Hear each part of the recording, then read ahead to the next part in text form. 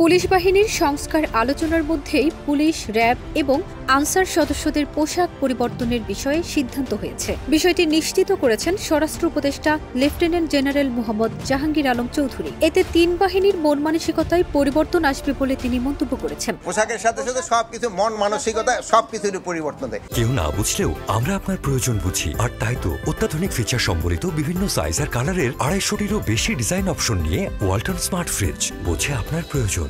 আজ 20 জানুয়ারি সচিবালয়ে আইন শৃঙ্খলা সংক্রান্ত উপদেষ্টা কমিটির বৈঠকে তিন বাহিনীর পোশাক নির্ধারণ করা হয়।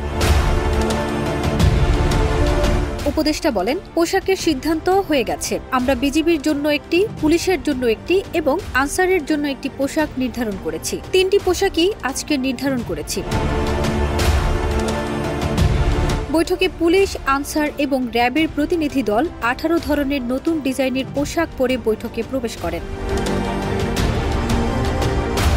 সেখান থেকে পুলিশ, র্যাব ও আনসারের জন্য 3টি নতুন ডিজাইনের পোশাক বাছাই করা হয়েছে বলে জানিয়েছেন স্বরাষ্ট্র উপদেষ্টা।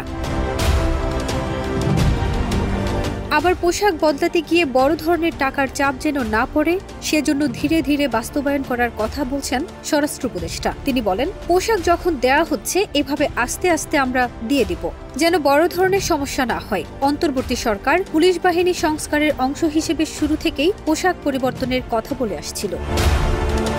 ফারজানা নিকিতা, দেশ রূপান্তর।